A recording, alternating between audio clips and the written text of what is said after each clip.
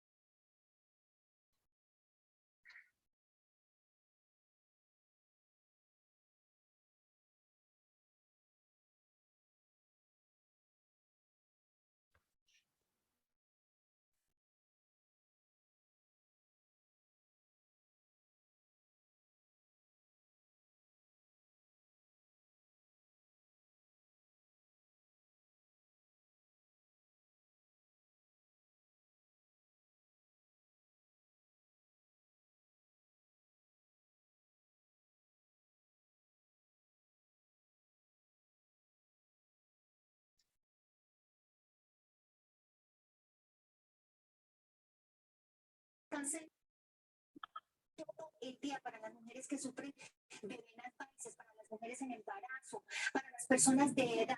Esto es la solución. Así que si usted tiene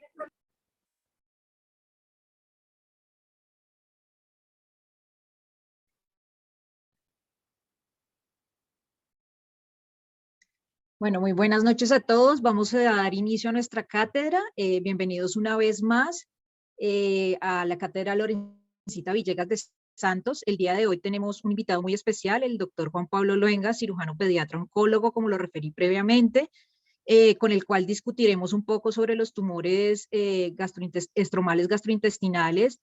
Vamos a realizar un poco de énfasis en la localización de esta patología a nivel gástrico, ya que son los más frecuentes tanto en los pacientes pediátricos como en los adultos. Mi nombre es Lina Barón, residente de tercer año de cirugía pediátrica en la Fundación Universitaria de Ciencias de la Salud. Entonces, iniciaremos con un poco acerca de la historia, recordando que hacia septiembre de 1983, el doctor Masur y su compañero Clark fueron los primeros en acuñar el nombre de estos tumores estromales gastrointestinales. Estos lo usaron para designar a los tumores que eran tumores no epiteliales del tracto gastrointestinal que carecían de patrones estructurales de músculo liso, pero que también ellos identificaban que tenían los marcadores que eran estrechamente relacionados con la parte como neuronal identificando las células intersticiales de Cajal. Lo que realizaron, como lo podemos observar, aquí puse el link de su artículo. Ellos realizaron o valoraron 28 tumores de la pared gástrica que habían sido clasificados inicialmente por parte microscópica como si fueran estos tumores, leiomiomas o leiomiosarcomas, y que posteriormente, al realizar una reevaluación de la histogénesis, identificaron y analizaron que estos tumores tenían presencia de células derivadas del neuroectodermo. También identificaron que había en estos tumores presencia de proteína S100, y de acuerdo a esto se inició y se dieron cuenta de que pues los tumores eran diferentes a los que previamente habían valorado, y de aquí nació el nombre de los tumores gastrointestinales.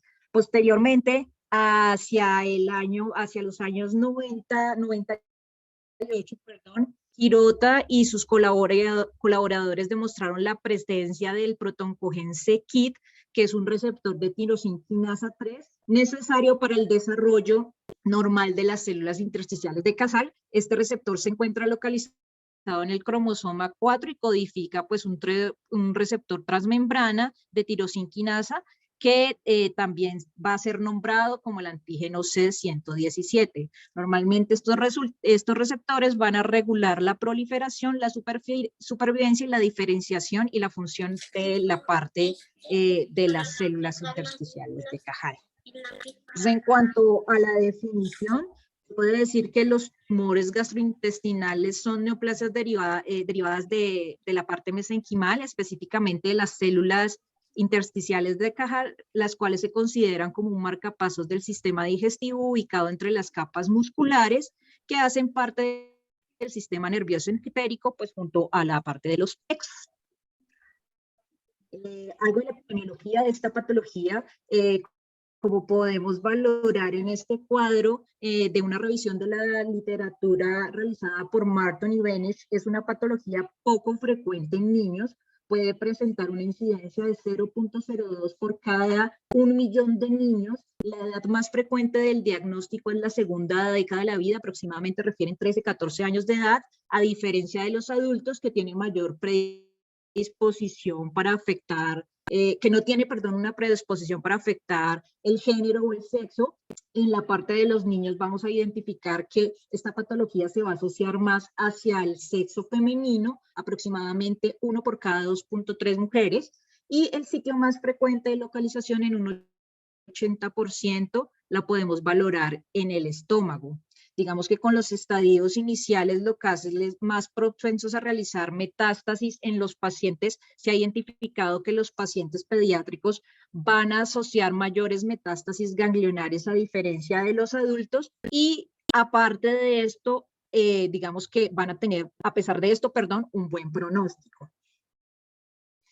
Este es una tabla que realiza el Programa de Vigilancia y Epidemiología de Resultados Finales, CERF, la cual digamos que proporciona una información sobre la estadística del cáncer y los esfuerzos por reducir la carga de cáncer en la población de Estados Unidos, que como podemos observar en esta tabla, en los pacientes pediátricos, en realidad los casos de supervivencia son bastante altos, incluso mayores a un 90 o un 100% a los 5 años. En cuanto a las características de este tumor, digamos que estos tumores en la edad pediátrica vamos a ver que son bastante diferentes a los tumores de los adultos. Tienen una frecuencia de edad media de 14 años, como ya lo referí previamente, son más frecuentemente diagnosticados en las mujeres que en los hombres. La localización sí es muy común en el estómago, pero a diferencia de los adultos, estas lesiones pueden ser multifocales, se identifican también en la parte de los ganglios, y su histología, más frecuentemente en los pacientes pediátricos, va a ser una histología epiteloide o mixoide, que puede ser fusiformes asociados a epiteloides, y en los adultos sí los vamos a identificar que son más fusiformes. Las mutaciones que son más frecuentemente encontradas en los adultos van a ser las mutaciones en el gen de tirosina quinasa, pero vamos a observar que en los niños estas mutaciones son bastante raras o son más comunes, digamos que mutaciones en otros genes como lo son las células o las células germinales que son las del succinato deshidrogenasa. Se refiere que aproximadamente un 15% de los pacientes tienen mutaciones en realidad en la parte del gen de tirosina quinasa, a diferencia de los adultos. Esto es un poco en cuanto a la biología de este tumor. Digamos que en la parte de los adultos, como ya lo referí previamente, el GIST se asocia a la mutación del gen c-KIT, el cual, digamos que es un gen de tirosina, un receptor que va a ser un protoncogen que al realizar la alteración del ADN y del ciclo celular va a producir como resultado, pues, la mutación de estas células y la identificación de esta neoplasia. Normalmente esto ocurre en el 75% de los pacientes adultos, pero en niños solo se observan un 15%. Otra mutación también frecuentemente documentada en los adultos es la mutación en el factor de crecimiento derivado de plaquetas alfa, en el cual también se ha presentado una asociación, aproximadamente de un 7% de tumores estromales en adultos, pero en niños todavía no está documentado el porcentaje en el cual se asocia esta mutación.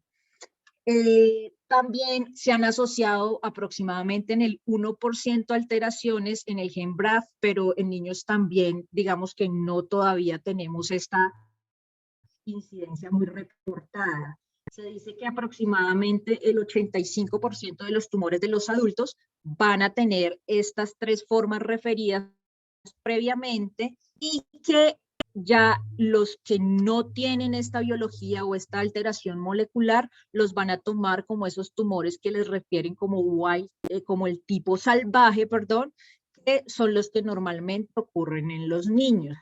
Digamos que estos tumores que ellos refieren que son los tumores salvajes normalmente pueden presentar una mutación en el gen del succinato deshidrogenasa, el cual se va a encontrar pues asociado a la parte del ciclo de Krebs, como podemos observar aquí en esta imagen. Lo que va a pasar en esta alteración es una metilación de la parte del ADN, la cual realiza la mutación y provoca un desencadenante neoplásico. Entonces, pues, a diferencia de los adultos, los pacientes pediátricos con mutaciones, digamos que de tipo salvaje, pueden presentar también síndromes neoplásicos asociados, como lo podemos observar aquí en esta tabla que traje.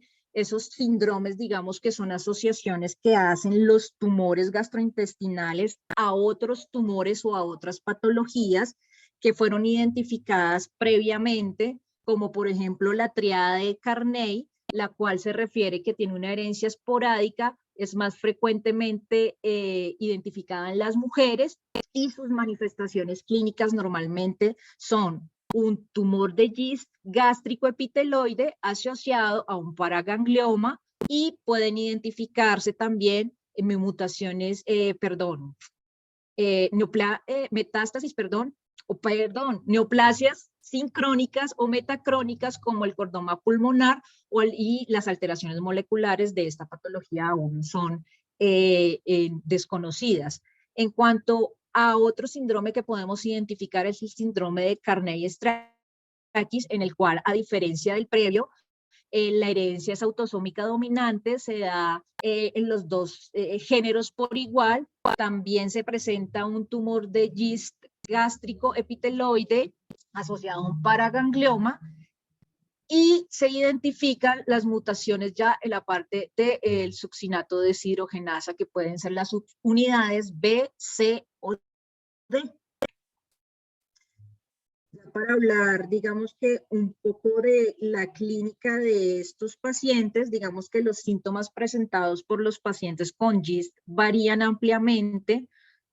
abarcan casi cualquier sintomatología, puede identificarse dolor abdominal, cambios en el apetito, dados por hiporexia, por sensación de plenitud, por saciedad temprana, se puede identificar distensión abdominal, disfagia, estreñimiento, pérdida de peso, fatiga, anemia, hemorragias gastrointestinales en algunos pacientes, y estos pueden, digamos que, o van a estar relacionados dependiendo de dónde esté ubicado este tumor. Como normalmente estos tumores van a estar ubicados en el estómago, pues estas son las sintomatologías que más frecuentemente van a referir pues los pacientes pediátricos. Es importante recordar que la presentación del tumor de GIST no es específica, que los pacientes pediátricos, digamos que a menudo son mal diagnosticados y normalmente digamos que ellos consultan por afecciones que pueden ser agudas o pueden ser crónicas. Normalmente en agudas pueden consultarnos por una hemorragia gastrointestinal, por una obstrucción intestinal, por una perforación, o crónicas normalmente son, digamos que esos pacientes que no tienen o tienen una sintomatología bastante tórpida y son asociados frecuentemente a pacientes que presentan anemias, pero un 30% de ellos pueden ser asintomáticos. Digamos que hay estudios como los que realiza Kammer, en los cuales él refiere que documentó 59 pacientes, de los cuales valoró estos pacientes y refirió que el 86% de ellos presentaban una anemia que era crónica o aguda, y que este era como la identificación que más se daba para estos pacientes, que este hallazgo se asociaba con melenas, hematemesis, palidez, fatiga o síncopes, y que los demás síntomas en realidad eran bastante infrecuentes, como ya una masa palpable, dolor o vómito. Ya en cuanto al diagnóstico de esta patología, digamos que es una patología que no se va a diagnosticar fácilmente, pero que normalmente digamos que la clínica de estos pacientes asociado a las imágenes que se van a tomar, la endoscopia y la biopsia, pues nos van a ayudar para llegar a este diagnóstico.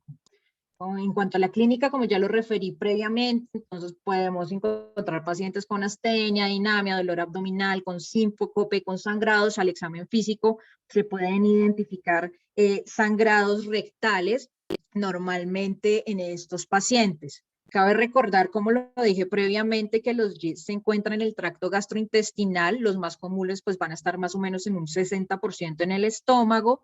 Podremos identificarlos también en el yeyuno y en el ilion en un 30%, y ya en otras partes como el duodeno, el colon y el recto se van a identificar aproximadamente en un 5%. Se han identificado también estos tumores en el esófago, pero en realidad han sido muy raros los casos y refieren aproximadamente un 1% de las lesiones identificadas en el esófago. También se han informado, pues digamos que lesiones que se han encontrado en el epiplón y en la pared abdominal, pero son totalmente y extremadamente raros, y en realidad lo que se ha identificado son reportes de caso. En los pacientes normalmente pediátricos se puede decir que tienen mayor asociación a identificar nódulos tumorales o metástasis ganglionares. El otro tema que nos puede ayudar en cuanto al diagnóstico de estos pacientes, digamos que es la parte de las imágenes. Entonces, normalmente, como ya lo referí previamente, estos pacientes no nos van a llegar por síntomas totalmente vagos, como pueden ser un dolor abdominal, como puede ser una hemorragia, como puede ser un abdomen agudo dado por una perforación. Entonces, normalmente en estos pacientes iniciamos con una serie de imágenes que puede ser una radiografía simple de abdomen, una tomografía o incluso una endoscopia, en la cual vamos a identificar la lesión. Entonces, este es un cuadro que me gustó bastante, porque digamos que nos guía un poco en cuanto a las indicaciones de las modalidades que podemos utilizar en la patología, cuáles son las ventajas y cuáles son las desventajas de cada uno de estos de estos exámenes. En cuanto a la tomografía, entonces dicen que las indicaciones normalmente son esos pacientes que llegan con un dolor abdominal, que tienen un abdomen agudo, que la presentación puede ser por una perforación o por una hemorragia. Las ventajas normalmente pues es que es rápida, que digamos que la tenemos en muchos centros, pero una de sus desventajas es que la radiación que le estamos dando al paciente pediátrico, que es nefrotóxico y que digamos que es subóptimo para identificar algunos ganglios en estos pacientes. En cuanto a los encuentros, digamos que normalmente cuando son lesiones menores a 5 centímetros, lo que vamos a identificar son imágenes totalmente homogéneas, a diferencia de cuando son mayores, que podemos ver como esa hipervascularización, y las imágenes ya las podemos identificar un poco más heterogéneas, asociados a identificar metástasis como las metástasis hepáticas, cuando hacemos el cambio de las fases, el cambio de las fases de la tomografía. En cuanto a la resonancia magnética, nos va a ayudar a la evaluación de estos pacientes. Normalmente la ventaja de ella es que pues no utilizamos radiación, que no es nefrotóxica con sus contrastes, y que pues nos va a identificar, digamos que altas características específicas, pero desafortunadamente pues no vamos a contar con ella en todos los sitios donde estamos trabajando, y aparte de eso digamos que pues es muchísimo más costosa a diferencia de otras imágenes que podemos realizar. Normalmente las lesiones menores a 5 centímetros las vamos a encontrar homogéneas o muy intensas, y las mayores las podemos identificar ya con asociaciones de quistes. En cuanto a la ecografía, la ecografía con contraste, digamos que nos va a ayudar también a valorar tanto la progresión de la enfermedad como a mirar la parte inicial. Normalmente aquí pues la realizamos poco esa ecografía con contraste pues en Colombia, pero digamos que la ventaja de ella es que nos va a ayudar, ya que no tiene irradiación, que es un examen corto, que es costo efectivo. Sus limitaciones es un poco a la parte de la lesión, la localización de la anatomía, y los encuentros normalmente vamos a ver las lesiones hipervasculares en la fase arterial o algo de hipogenicidad en la fase venosa o la fase portal. Y ya para culminar, en cuanto al TEC, el PET, perdón, el PET scan, vamos a ver que nos va a ayudar a detectar estos pacientes que tienen metástasis. La desventaja en realidad es que es bastante pues costoso, y que no está en realidad en todos los sitios, o no es avalible en todos los sitios, y normalmente digamos que pues es bueno, pero no, como lo referí previamente, no lo vamos a conseguir muy fácil. Normalmente las características que podemos identificar en estas lesiones, entonces son lesiones que podemos identificar tanto en el estómago o en la localización de duodeno, o en el yoyuno o en el ilion. Entonces esto nos lo va a reportar típicamente la imagen. Nos puede identificar también en la imagen cuál es el máximo diámetro del tumor, cómo son esos márgenes, si esos márgenes están bien definidos, si están mal definidos, qué forma tiene ese tumor, si es lobulado, si es un tumor irregular, si es regular, qué tanto crecimiento va a tener, si va a tener un crecimiento endoluminal, exofítico, o si tiene una mezcla de estos dos, si hay ulceración en la mucosa, si está presente o no, si puede haber una hemorragia intramural, si pueden haber cambios en los quistes, si hay calcificaciones, que esto también nos va a referir si este paciente, digamos, que puede tener mayor mal pronóstico, si se pueden identificar adenopatías o metástasis ganglionares. El grado del tumor también nos puede ayudar a mirar la parte de ir mirando la progresión en caso de que hagamos una resección de este tumor, o en caso de que haya una recurrencia del tumor. Ya, esta es una tomografía en la cual digamos que podemos observar en estos cortes, cómo se puede valorar en la parte del estómago. No sé si alcanzan a ver mi flechita, alguien que me diga. Sí, señora. ¿Sí alcanzan a ver la flecha? Sí, señora. Okay. Esto es una tomografía en la cual se realizó este estudio a un paciente que presentaba unos síntomas totalmente vagos e identificaron que tenía una lesión, como la podemos observar aquí en la parte superior, la cual, digamos que comprometía tanto la parte interna como externa de la cavidad gástrica. Asociado a eso se identificaron también múltiples lesiones o metástasis, y en el PET scan podemos observar que, pues digamos que tenía mucha avidez o mayor avidez en algunas partes donde ya tenía metástasis este paciente. Estas son otras imágenes de la resonancia magnética y de un PET scan. Entonces la resonancia magnética, como podemos observar, nos va a definir muchísimo más. Aquí la lesión ya se ve, digamos que un poco más definida. Podemos observar también si hay ganglios o no positivos para esta lesión.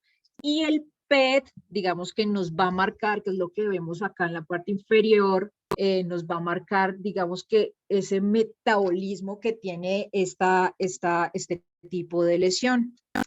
Es importante recordar, perdón, es importante recordar en la tomografía el uso del contraste de la tomografía debe ser enteral y parenteral, y este va a ser fundamental pues para definir la extensión y la ubicación de los tumores, especialmente la presencia de la enfermedad metastásica en el hígado o en los ganglios linfáticos o en otras partes que sean diferentes a la parte del abdomen.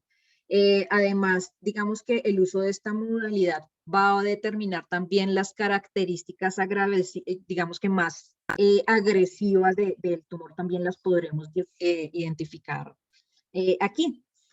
Digamos, ya en cuanto a la ecoendoscopia, digamos que es un poco más precisa, nos va a determinar el tamaño, la forma, la dimensión, la capa de origen en la que está surgiendo la masa, si el tumor es exofítico, va a incluir o vamos a identificar también la invasión de las estructuras adyacentes en el momento de realizarlo, y la afectación de los ganglios linfáticos regionales asociado a la vascularización y las características internas. Normalmente lo que refieren, por ejemplo, en seminars, en la parte de pediatric seminars, es que se está utilizando bastante, pero lo deben utilizar personas que sean expertas para la realización de este tipo de imagen. Este es un algoritmo que me llamó mucho la atención porque digamos que nos puede ayudar con el diagnóstico de este tumor gastrointestinal. Como podemos observar, divide a los pacientes en pacientes con síntomas agudos o con síntomas crónicos.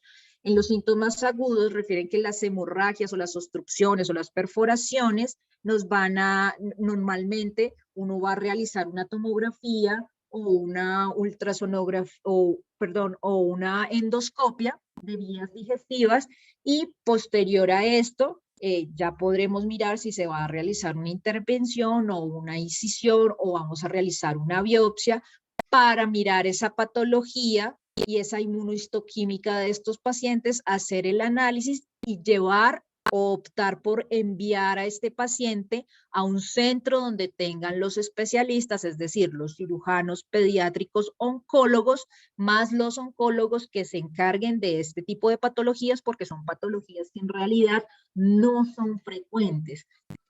Y en el otro lado también, digamos que podemos ver en cuanto a la parte crónica, cuando los niños tienen anemia, pérdida de peso, se quejan de sintomatología gastrointestinal, normalmente estos pacientes uno les puede realizar una endoscopia, o sea, una esofagogastroenoscopia, una colonoscopia, y identificar la lesión, o algunos también ellos refieren que los han identificado por resonancia magnética. De ahí hacen una biopsia, normalmente ellos prefieren realizar una biopsia endoscópica Posteriormente envían estos pacientes también a la parte de los cirujanos pediátricos oncólogos.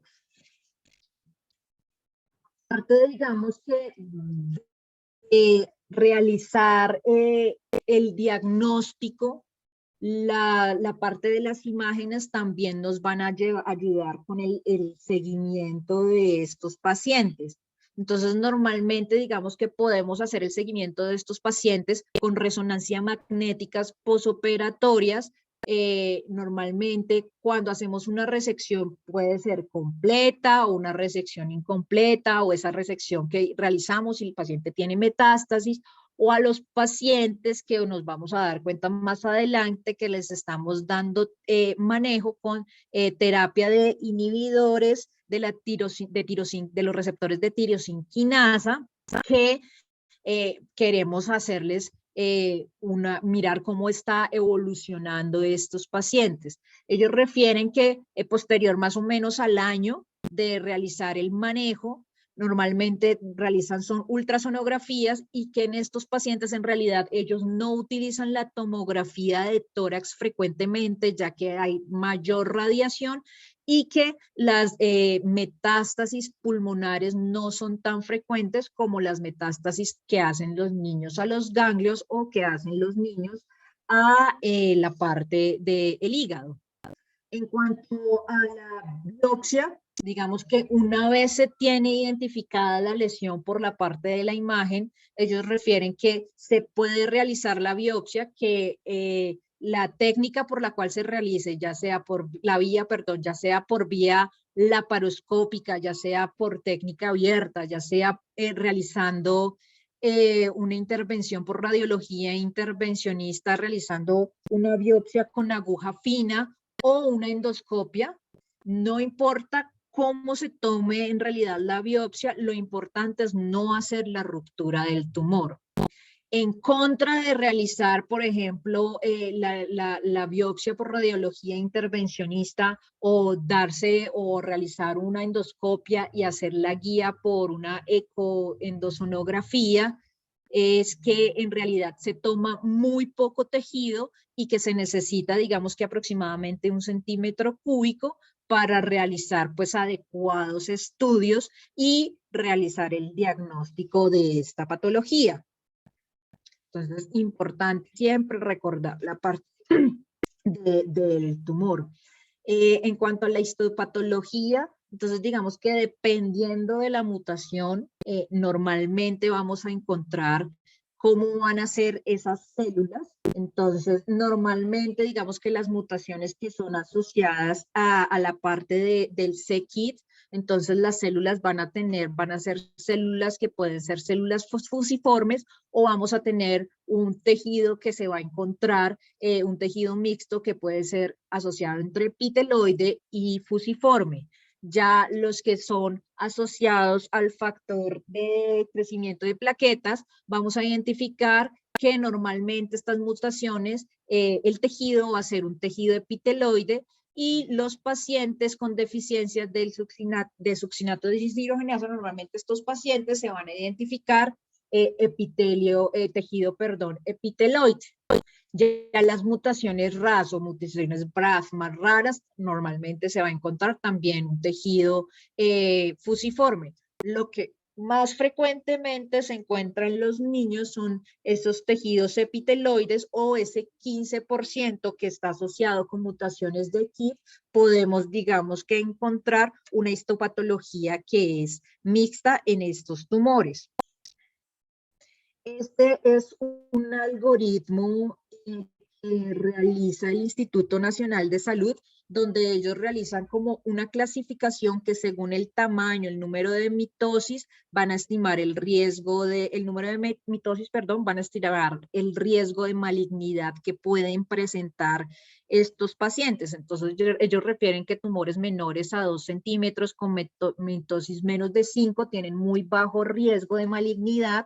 Las lesiones que se encuentran entre 2 a 5 centímetros con mitosis entre mayores de 5 hasta 10 pueden encontrarse desde bajo riesgo hasta un riesgo intermedio, y ya las que son de mayores a 10 centímetros van a presentar un alto riesgo. Normalmente, este es un cuadro y un algoritmo que se utiliza para los pacientes adultos. En los pacientes pediátricos se puede utilizar, pero digamos que no hay estudios todavía que nos digan que esto sea 100% cierto y realizado en estos pacientes.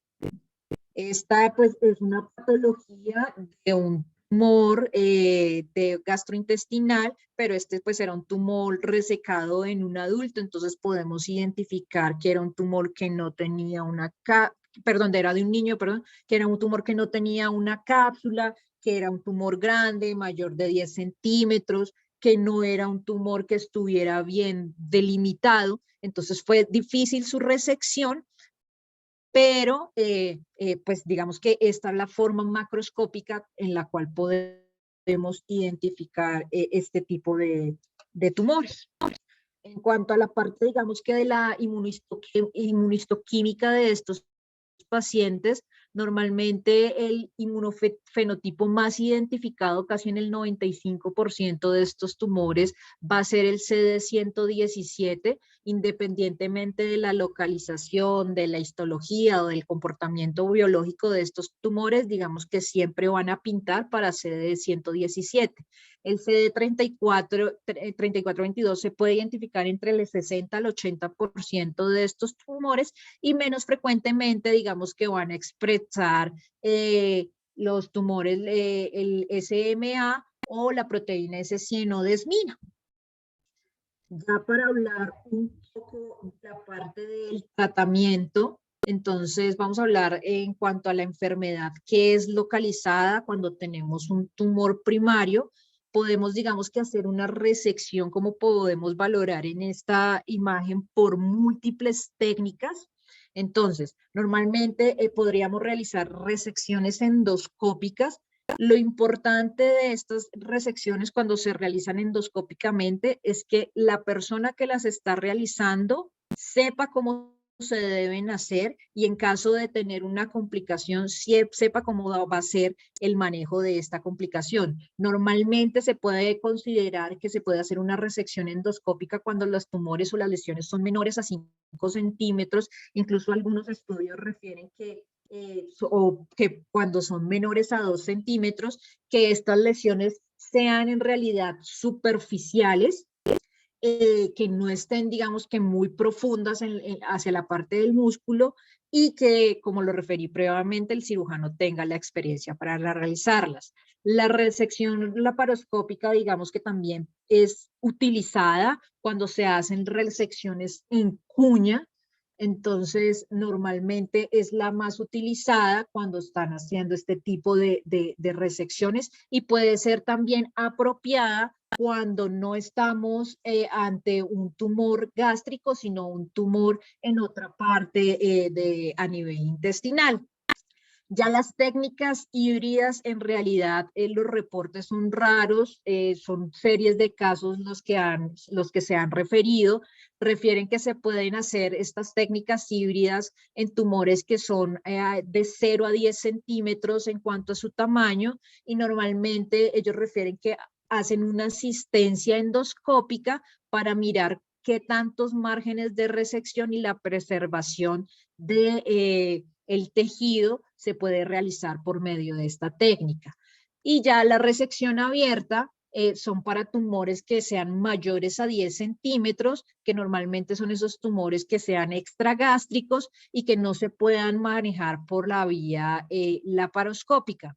En raros casos también puede, digamos que beneficiar a estos pacientes cuando son pacientes que, digamos que inicialmente requieren de terapia neoayudante, digamos que esto también se puede utilizar este tipo de resección o cuando estamos haciendo esas resecciones en bloque. Cabe recordar que la idea de realizar el manejo de esta patología en los pacientes pediátricos, a diferencia de los adultos, es disminuir la morbilidad y dejar a estos pacientes que presenten una adecuada fisiología gastrointestinal, dado que cirugías como la antrectomía, como la gastrectomía total, como la subtotal, en realidad pues no están muy indicadas en los pacientes pediátricos, dado pues a que son pacientes que digamos que tienen todavía un largo término de vida. Hay algo importante que debemos recordar y son como los principios oncológicos que debemos hacer una exploración con una resección completa del tumor primario a través del abordaje que nosotros escojamos y siempre realizar un abordaje conservador de los órganos. En caso del estudio peritoneal y retoperitoneal debe hacerse siempre completo y debe hacerse una resección o un muestreo cuando identifiquemos lesiones ocultas. También se debe hacer un muestreo o una resección de ganglios linfáticos que sean peritumorales. Recordar que en los pacientes pediátricos pues, los ganglios se pueden observar con mayor frecuencia de diferencia que en los adultos y se debe también hacer una evaluación cuidadosa de toda la parte del hígado, hacer una palpación directa, hacer una visión o ya sea por ultrasonografía y en caso de necesitar un muestreo o una biopsia o identificar una metástasis, si se puede hacer la resección, también realizarla. Este es un estudio, un reporte de caso en el cual ellos realizan la resección de un aparente tumor gastrointestinal estromal en un paciente que llegó por una sintomatología con una hemorragia de vías digestivas. Refieren que al ingresar identificaron un tumor, una lesión que era bastante sésil, que fue fácil de resecar y endoscópicamente, digamos que obtuvieron una muestra, identificaron que pues era un tumor gastrointestinal de células epiteloides, al cual posteriormente le realizaron la resección por esta misma vía endoscópica y pues era un tumor de GIST que era positivo para CD117. De la resección endoscópica debemos recordar que normalmente se debe realizar en lesiones que no sean mayores a 5 centímetros, que estén más frecuentemente ubicadas en la curvatura mayor del estómago. Normalmente en esta resección entonces ellos refieren que inicialmente pueden realizar como una hidrodisección de este tumor o de esta lesión que normal o frecuentemente es una lesión sésil, se inyecta normalmente la submucosa y realizan la resección con un asa que nos va a hacer, digamos que tanto la parte como de disminuir el sangrado por la parte térmica que hace el asa. Entonces, digamos que esto es lo que se puede realizar en cuanto realizamos una resección endoscópica. Ya en la parte de la paroscopia, como les refiero, en los niños no hay tantos estudios, lo que más encontré en realidad fueron reportes de casos o revisiones de la literatura. Esta es un reporte de caso de una resección laparoscópica de un tumor gastrointestinal. Ellos referían que el paciente llegó, era un paciente que tenía previamente múltiples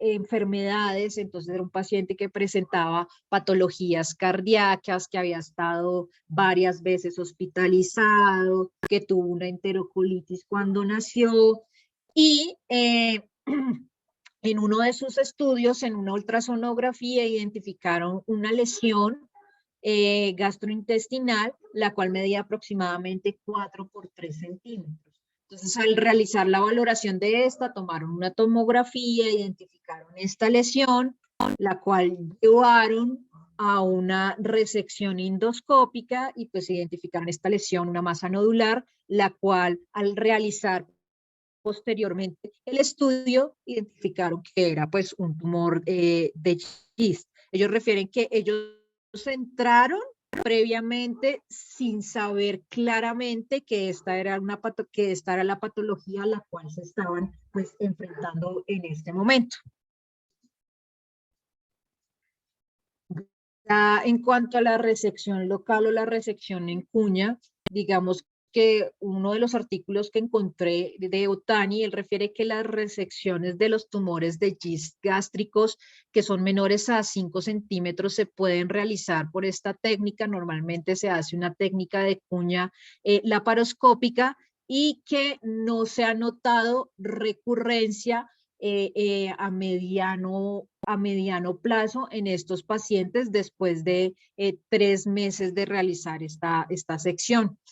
En cuanto a la parte de gastrectomías, como ya lo referí, ya sea gastrectomía parcial, ya sea total, para realizar un tipo de anastomosis como Billroth o una Y de Rux, en realidad no están referidas para los pacientes o no las recomiendan en realidad en los pacientes pediátricos, ya que se han observado que pues estos pacientes van a tener mayor morbilidad con este tipo de resecciones que pues si se debe hacer, si no hay otra opción, algunos las han realizado, pero no es lo frecuente que se utiliza para este tipo de patología. En cuanto a los márgenes, digamos que no encontré en realidad mucho de cuáles son los mejores márgenes.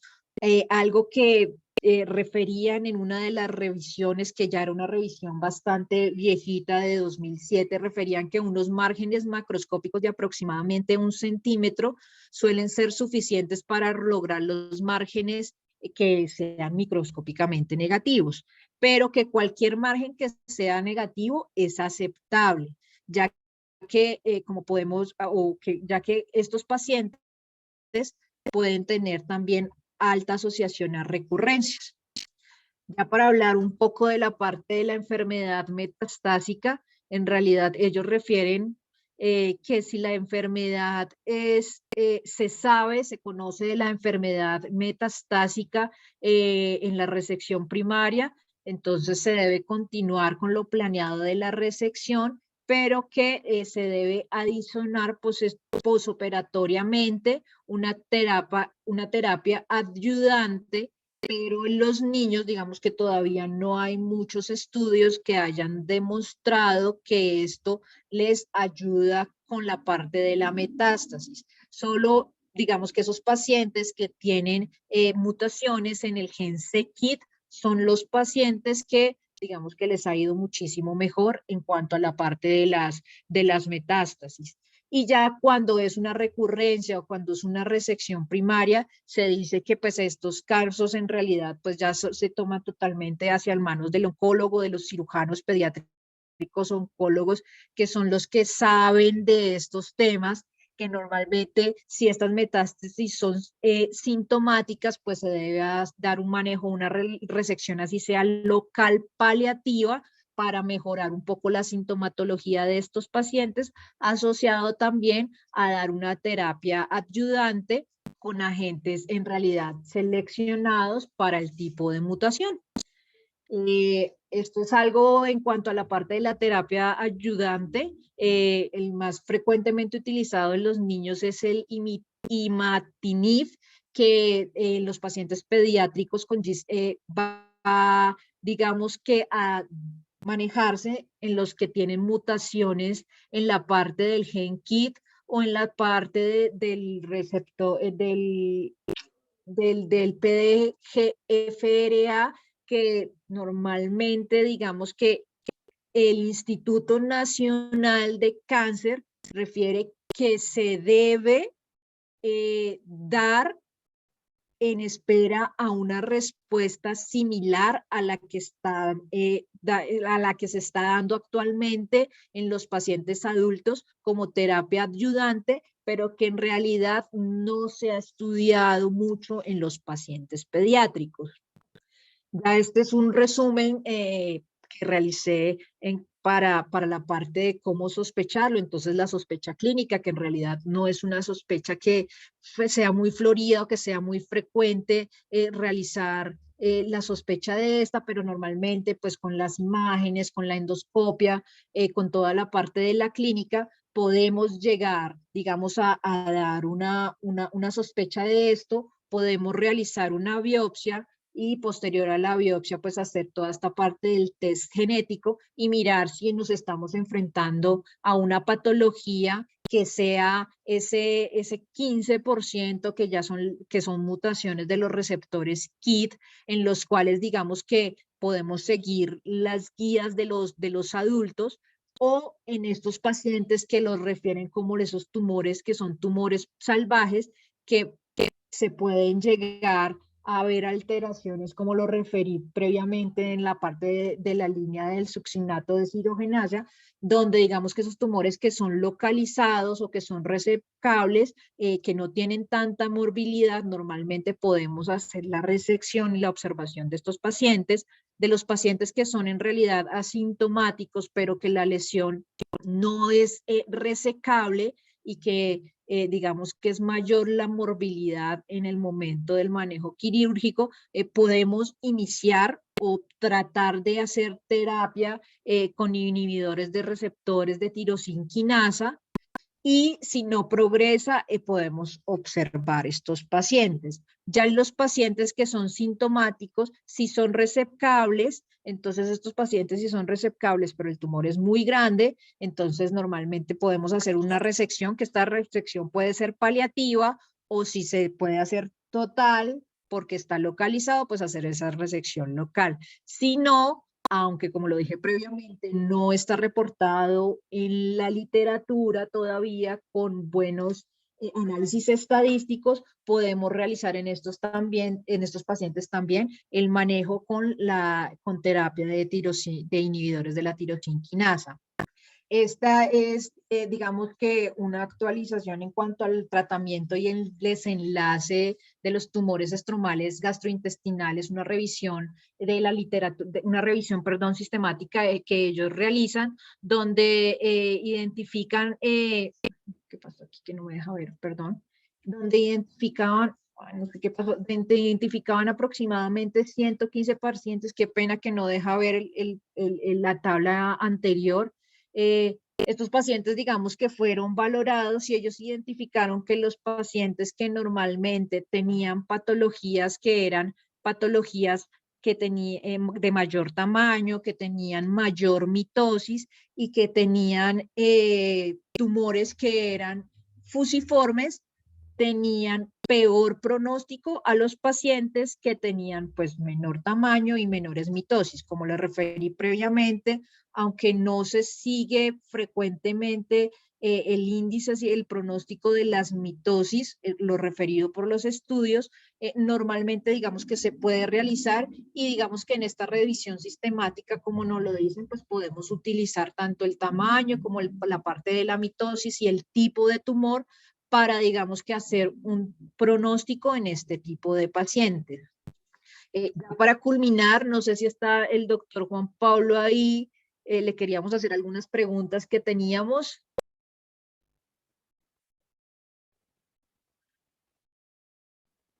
Hola, ¿cómo están? Pues primero felicitar a Hola, Lina. Doc. Hola, muy buena revisión, Linita. Te felicito para el tema, que es un tema tan complejo, porque realmente es un tema muy complicado. Pues es una muy buena revisión. En general, digamos que el cáncer en los niños es raro. Los tumores gastrointestinales, a excepción del linfoproliferativo, son raros.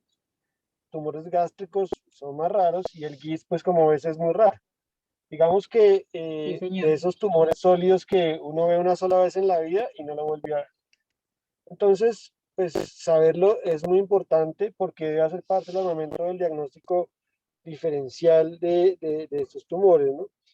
Eh, yo, sinceramente, no he tenido el primer GIST en la población de pediátrica. Hoy le pregunté a los compañeros oncólogos. Aquí en el foro se encuentra la doctora Alejandra Calderón, ella es compañera mía en el instituto, y un poco más adelante les va a dar una opinión con respecto a esto. A ella le gustan los tumores raros. ¿Cuál es la imagen más frecuente que yo pienso que es clave? Pienso que, es decir, para redondear esto, por ejemplo, la región laparoscópica, endoscópica, el pronóstico de los inhibidores, este tipo de cosas, como les digo, esto es muy raro y pues se va mirando dependiendo del paciente, pero en general, digamos que los pacientes que consultan por sangrado digestivo, lo que hace uno inicialmente es la endoscopia digestiva, y en general, pues uno no se lleva esa sorpresa, pero ocasionalmente se da la sorpresa de encontrar un tumor. ¿Qué hacer en ese momento? Cuando tú ves un tumor gástrico en un paciente que consulta por un sangrado digestivo, astenia, dinámica, que no tiene otra imagen. Pienso yo que lo que se hace en este momento es la biopsia, pero la técnica de la biopsia de los tumores gástricos, cuando uno lo tiene, ahí es la técnica que llamamos biopsia sobre biopsia. Básicamente lo que uno hace con el endoscopio es hacer una biopsia de la mucosa y debajo de esa se hace la siguiente biopsia, porque si no te van a reportar mucosa y en general la mayoría de estos tumores están submucosos. Entonces pues te reportan mucosa y no lo debía hacer. Idealmente uno debería tener el acceso a la ecoendoscopia en ese momento y hacer una biopsia guiada por ecoendoscopia y asimismo la descripción ecoendoscópica de muchos de estos tumores puede ser diagnóstica. Entonces, digamos que es muy importante eso, pero digamos que en el momento en que uno hace la biopsia, debe hacer la biopsia sobre biopsia para tener, digamos, una muestra significativa y posteriormente, si no la tiene, una ecoendoscopia, tanto para caracterización morfológica de esta lesión gástrica como para una posible biopsia. Como tú decías, lo que describen de este tumor pues, es que él se mueve en un margen amplio, inclusive de benignidad, cuando tiene bajo índice mitótico, hasta un tumor muy maligno. Entonces, digamos que la resección pues es dependiendo del volumen, del tamaño tumoral, de las especificaciones anatómicas que tú tengas y de las imágenes que tengan. Entonces, en eso sí es muy importante eso, hacer una resección. E incluso hay autores que, como tú describes y como dicen, eh, aprueban los márgenes microscópicos positivos como viables en esta lesión. Como les digo, es un tumor muy raro. Yo no he visto el primero. Hice una pequeña encuesta entre los compañeros y no han visto tampoco este tipo de tumor. Los cirujanos gastrointestinales les pregunté de cuál era la menor edad que han visto y realmente son adultos más o menos después de los 20 años, 30 años. Entonces en los niños es muy exótico, como era la revisión sistemática que hace el doctor Losty, que es uno de los cirujanos oncólogos importantes, son solo 115 pacientes una revisión sistemática, me imagino que de muchos años, o sea, es una cosa exótica basada en revisiones de caso. Ahí está Alejandra, que quería comentar algo, no sé qué quieres decir, Aleja. Hola, buenas noches. Bueno, como Juan Pablo les decía, yo soy oncóloga pediatra, actualmente trabajo en el Instituto Nacional de Cancerología y en la Fundación Santa Fe de Bogotá. Felicitar entonces a la persona que hizo la revisión, de verdad muy completa. Entonces, solamente me gustaría decir que la positividad para el CD117, yo sé que lo tenías puesto en la diapositiva, pero 90-95% van a ser positivos, pero ese margen restante uno debe tener en cuenta que en los pacientes pediátricos es un poco más frecuente que en los adultos que puedan llegar a ser CD117 negativo, sin que esto implique que no se trate de un GIST. Adicionalmente, el uso del PET, o sea, ya que se trata de tumores muy raros y con pocas personas con experticia en el manejo del GIST, idealmente estos pacientes deben ser manejados en un centro de excelencia donde se cuente con un PET. Entonces, porque estos pacientes iban a ser candidatos a la realización de este examen para poderles hacer el seguimiento con la terapia, especialmente entonces en los pacientes que tienen enfermedad metastásica y que son irresecables. Con eso es que nos vamos a dar cuenta si efectivamente el inhibidor de tirosinquinasa está funcionando o no. Y por eso entonces no solamente necesitamos uno que se haya tomado de forma aislada, sino que necesitamos uno del momento del diagnóstico. Para los pacientes que sí se les haya resecado su enfermedad, sí se puede escoger otra modalidad de imagen que no necesariamente sea funcional. Y en cuanto al tratamiento, entonces todavía no se han publicado los estudios del estudio en curso, que es uno perteneciente al Children's Oncology Group, en el cual se están evaluando los pacientes pediátricos con tumor de GIST. Hasta ahora el estudio está terminando su fase de reclutamiento. Esperemos que logren recolectar bastantes pacientes para sacar un análisis que sea estadísticamente significativo, pero lo que se está evaluando son las terapias de imatinib en la primera línea y de recaída en estos pacientes o de tumores refractarios con otros inhibidores de tirosinquinasa que de hecho ya están aprobados en adultos como el sunitinib o el avapritinib, que este está dirigido a la mutación que mencionabas sobre el receptor alfa del factor de crecimiento derivado de las plaquetas. Nada, muchísimas gracias por haberme invitado a la revisión. Gracias, doctora. No, Aleja, muchas gracias, súper información muy importante sobre estos inhibidores de la tirosinquinasa, que digamos que es la terapia del futuro. Bueno, pues felicitar a Aline y muchas gracias por invitarme también. Un abrazo. Muchísimas gracias.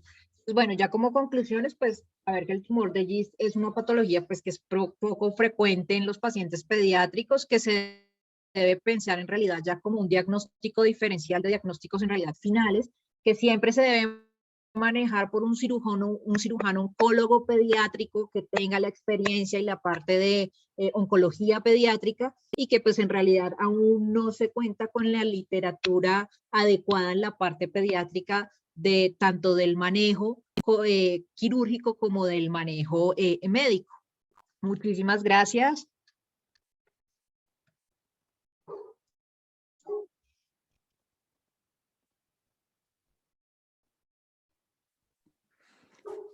Lina, muchas gracias por tu presentación. No sé si haya algún otro comentario, alguna pregunta por parte del público.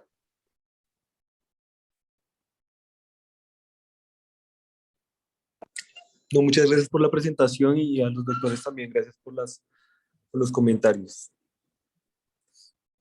Muchas gracias a todos. Que estén muy bien. Gracias.